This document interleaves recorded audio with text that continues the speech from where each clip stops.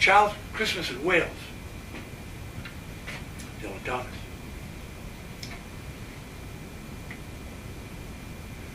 One Christmas was so much like another. In those years around the Seatown corner, now and out of all sound except the distant speaking of the voices I sometimes hear a moment before sleep, that I can never remember whether it snowed for 6 days and 6 nights when I was 12, or whether it snowed for 12 days and 12 nights when I was 6. All the Christmases rolled down toward the two-tongued sea, like a cold and headlong moon bundling down the sky that was our street. And they stopped at the rim of the ice-edged fish-freezing waves. And I plunge my hands in the snow and bring out whatever I can find. In goes my hand into that wool-white bell-tongued ball of holidays resting at the rim of the carol-singing sea. And out come Mrs. Prothero and the firemen. It was on the afternoon of the day of Christmas Eve, and I was in Mrs. Prothero's garden, waiting for cats with her son Jim. It was snowing. It was always snowing at Christmas. December, in my memory, is white as Lapland, though there were no reindeers. But there were cats. Patient, cold, and callous, our hands wrapped in socks, we waited to snowball the cats. Sleek and long as jaguars, and horribly whiskered, spitting and snarling, they would slink and sidle over the white back garden walls, and the lynx-eyed hunters, Jim and I, fur-capped and moccasin trappers off Hudson Bay from Mumbles Road, would hurl our deadly snowballs at the green of their eyes. Well, the wise cats never appeared. We were so still, Eskimo-footed Arctic marksmen in the muffling silence of the eternal snows, eternal ever since Wednesday, that we never heard Mrs. Prothero's first cry from her igloo at the bottom of the garden. Or, if we heard it at all, it was to us like the far-off challenge of our enemy and prey, the neighbor's polar cat. But soon the voice grew louder. "Fire!" cried Mrs. Prothero, and she beat the dinner gong. And we ran down the garden with the snowballs in our arms toward the house, and smoke indeed was pouring out of the dining room, and the gong was bombulating, and Mrs. Prothero was announcing ruin like a town crier in Pompeii. Well, this was better than all the cats and whales standing on a wall in a row. We bounded into the house, laden with snowballs, and stopped at the open door of the smoke-filled room. Something was burning all right. Perhaps it was Mr. Prothero, who always slept there after midday dinner with a newspaper over his face. But he was standing in the middle of the room saying, "A fine Christmas," and smacking at the smoke with a slipper. "Call the fire brigade," cried Mrs. Prothero as she beat the gong. "Well, they won't be there," said Mr. Prothero. "It's Christmas." There was no fire to be seen, only clouds of smoke, and Mr. Prothero standing in the middle of them, waving his slipper as though he were conducting. "Do something," he said. And we threw all our snowballs into the smoke. I think we missed Mr. Prothero and ran out of the house to the telephone box. "Let's call the police as well," Jim said, "and the ambulance, and Ernie Jenkins. He likes fires."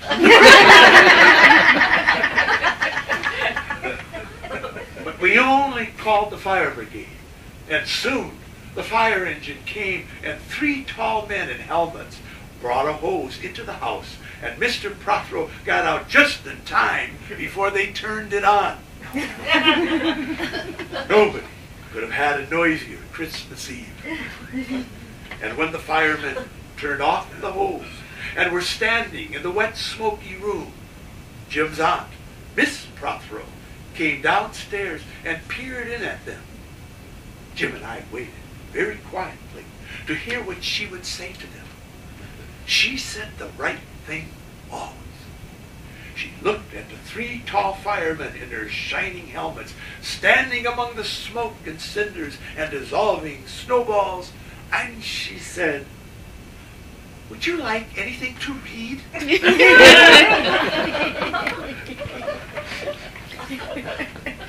Years and years and years ago, when I was a boy, when there were wolves and whales and birds to color a red flannel petticoats whisked past the harp-shaped hills, when we sang and wallowed all night and day in caves that smelt like Sunday afternoons in damp front farmhouse parlors, and we chased with the jawbones of deacons the English and the bears.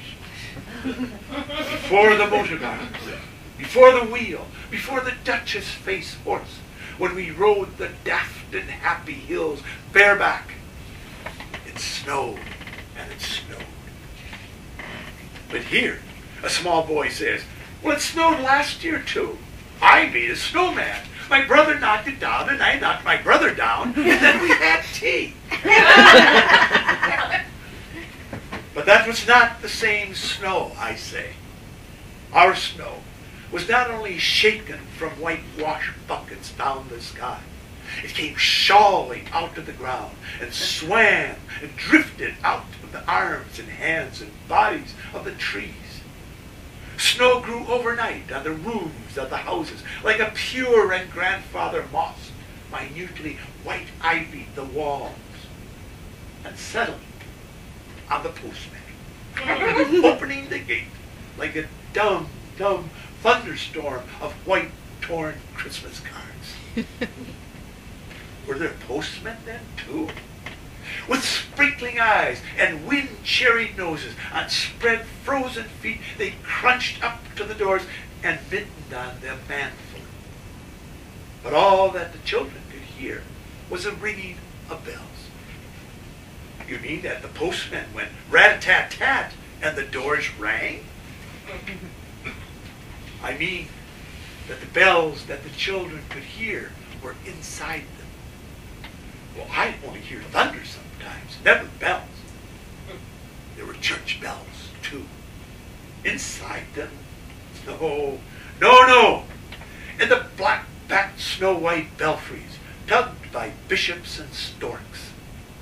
And they rang their tidings over the bandaged town, over the frozen foam of the powder and ice cream hills, over the crackling sea. It seemed that all the churches boomed for joy under my window, and the weathercocks crew for Christmas on our fence.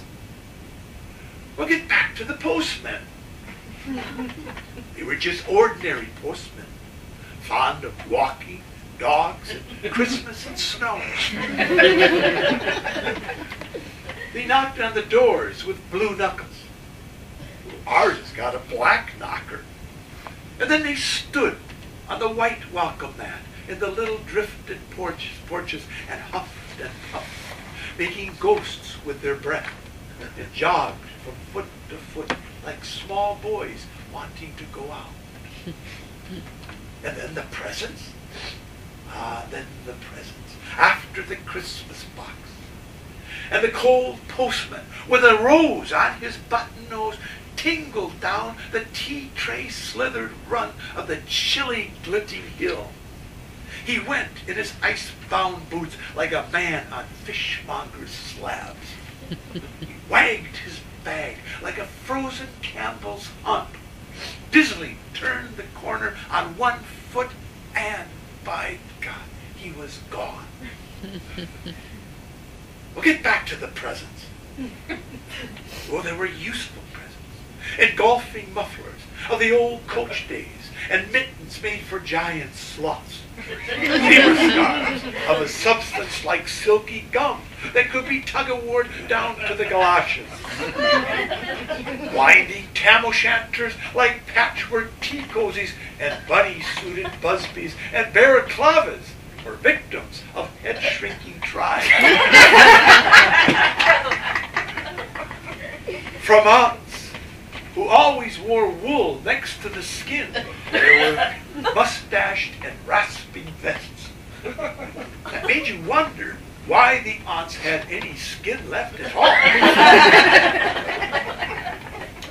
And once, I had a little crocheted nose bag from an aunt now, alas, no longer whinnying among us. And pictureless books in which small boys, though warned with quotations not to, would skate on Farmer Giles' pond and did and drowned. And books that told me everything about the wasp. But why? Go on to the useless presents. Bags of moist and many-colored jelly babies, and a folded flag, and a false nose, and tramp conductor's cap, and a machine that punched tickets and rang a bell. Never a catapult. Once, by mistake that no one could explain, a little hatchet. And a celluloid duck that made, when you pressed it, a most unduck-like sound. A mewing moo that an ambitious cat might make who wished to be a cow. And a painting book in which I could make the grass, the trees, the sea, and the animals any color. And still, the dazzling sky blue sheep are grazing in the red fields under the rainbow-billed and pea-green birds. Hard-boils, toffee, fudge, all sorts, crunches, crackers, humbugs, glaciers, marzipan, and butterwelsh for the Welsh. And troops of bright tin soldiers who, if they could not fight, could always run. And snakes and families and happy ladders and easy hobby games for little engineers, complete with instructions. Oh, easy for Leonardo. And a whistle to make the dogs bark, and to wake up the old man next door to make him beat on the wall with his stick to shake our pictures off the wall. And a packet of cigarettes. You put one in your mouth, and you stood at the corner of the street, and you waited for hours in vain for an old lady to scold you for smoking a cigarette. Then, with a smirk, you ate it.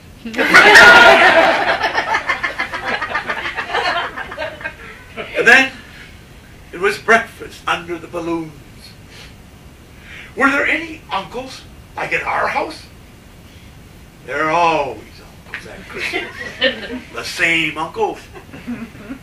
And a Christmas morning, with dog-disturbing whistle and sugar fags, I would scour the swatched town for the news of the little one, and find always a dead bird by the white post office, or by the deserted swings, perhaps a robin, all but one of his fires out. Men and women wading or scooping back from chapel with taproom noses and wind-bust cheeks, all albinos, huddled their stiff black jarring feathers against the irreligious snow. Mistletoe hung from the gas brackets in all the front parlors. There was sherry and walnuts and bottled beer and crackers by the dessert spoons. And cats in their furabouts watched the fires. And a high-heaped fire spat, all ready for the chestnuts and the mulling pokers. Some few large men sat in the front parlors without their collars, uncles almost certainly, trying their new cigars, holding them out judiciously at arm's length, returning them to their mouths, coughing, then holding them out again as though waiting for the explosion. And some few small aunts, not wanted in the kitchen, nor anywhere else for that matter, sat on the very edges of their chairs, poised, brittle, afraid to break like faded cups and saucers. Not many those mornings trod the piling streets. An old man always, fawn bouldered, yellow-gloved, and, at this time of year, with spats of snow, would take his constitutional to the white Bowling Green and back, as he would take it, wet or fine, on Christmas Day or Doomsday. Sometimes 2 hale young men with big pipes blazing, no overcoats, and wind-blown scarves would trudge, unspeaking, down to the forlorn sea to work up an appetite, to blow away the fumes, who knows, to walk into the waves until nothing of them was left but the 2 curling smoke clouds of their inextinguishable briars. Then I would be slapdashing home. The gravy smell of the dinners of others, the bird smell, the brandy, the pudding and mince coiling up to my nostrils, when out of a snow-clogged side lane would come a boy, the spit of myself, with a pink-tipped cigarette and the violent cast of a black eye, cocky as a bullfinch, leering all to himself. I hated him on sight and sound, and would be about to put my dog whistle to my lips and blow him off the face of Christmas, when suddenly he, with a violent wink, put his whistle to his lips and blew so stridently, so high, so exquisitely loud, that gobbling faces, their cheeks bulged with goose, would press against their tinseled windows the whole length of the white echoing street. For dinner, we had turkey and blazing pudding. And after dinner, the uncle sat in front of the fire, loosened all buttons, put their large moist hands over their watch chains, groaned a little, and slept. Mothers, aunts, sisters scuttled to and fro, bearing tureens. Auntie Bessie, who had already been frightened twice by a clockwork mouse, whimpered at the sideboard and had some elderberry wine. The dog was sick. Auntie Ducey had to have 3 aspirins, but Auntie Hannah, who liked port, stood in the middle of the snowbound backyard singing like a big bosom thrush. I would blow up balloons to see how big they would blow up to. And when they burst, which they all did, the uncles jumped and rumbled. In the rich and heavy afternoon, the uncles breathing like dolphins and the snow descending, I would sit among festoons and Chinese lanterns and nibble dates and try to make a model man-of-war, following the instructions for little engineers, and produce what might be mistaken for a sea-going tram car. Or I would go off, my bright new boots squeaking, into the white world, onto the seaward hill, to call on Jim and Dan and Jack, and to pad through the still streets, leaving huge, deep footprints on the hidden pavements. I bet people will think there's been hippos. What would you do if you saw a hippo coming down our street? Well, I'd go like this, bang! I'd roll him over the railings and roll him down the hill, and then I'd tickle him under the ear, and he'd wag his tail. What if you saw 2 hippos? Iron-flanked and bellowing he-hippos clanked and battered through the scudding snow towards us as we passed Mr. Daniel's house. Let's post Mr. Daniel a snowball through his letterbox. Let's write things in the snow. Let's write, Mr. Daniel looks like a spaniel all over his Or we walked on the white shore. Get the fishes. See it snowing. The silent, one-clouded heavens drifted on to the sea. Now we were snow-blind travelers, lost on the North Hills, and vast dewlap dogs with flasks round their necks ambled and shambled up to us, baying Excelsior. We returned home through the poor streets, where only a few children fumbled with bare red fingers in the wheel-rutted snow, and cat called after us, their voices fading away as we trudged uphill into the cries of the dock birds and a hooting of ships out in the whirling bay.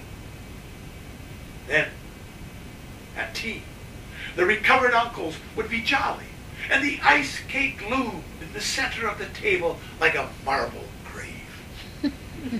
Auntie Hannah laced her tea with rum, because it was only once a year. Bring out the tall tales now that we told by the fire, as the gaslight bubbled like a diver. Ghosts hooed like owls in the long nights when I dared not look over my shoulder. Animals lurked in the cubbyhole under the stairs where the gas meter ticked.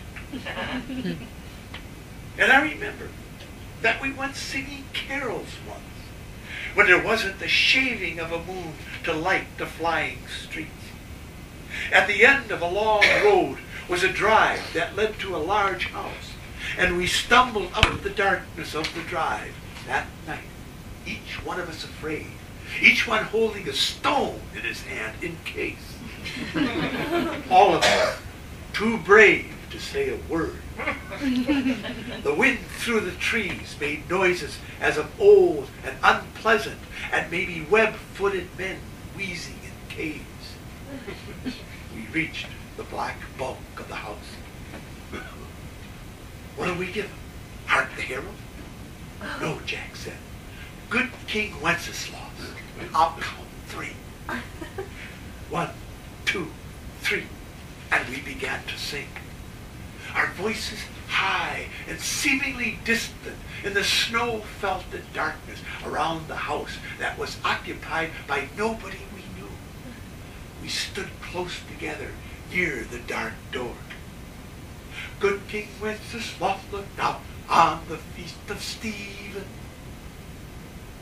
Then a small, dry voice, like the voice of someone who has not spoken for a long time, joined our singing. A small, dry, eggshell voice from the other side of the door. A small, dry voice through the keyhole. And when we stopped running, we were outside ourselves. The front room was lovely. Balloons floated under the hot water of the gulping gas. Everything was good again and shone over the town. Perhaps it was a ghost, Jim said. Perhaps it was trolls, Dan said, who was always reading. Let's go in and see if there's any jelly left, Jack said. And we did that. Always on Christmas night, there was music. An uncle played the fiddle. A cousin rang Cherry Ripe. And the other uncle sang Drake's drum. It was very warm in the little house. Auntie Hannah, who had got onto the parsnip wine,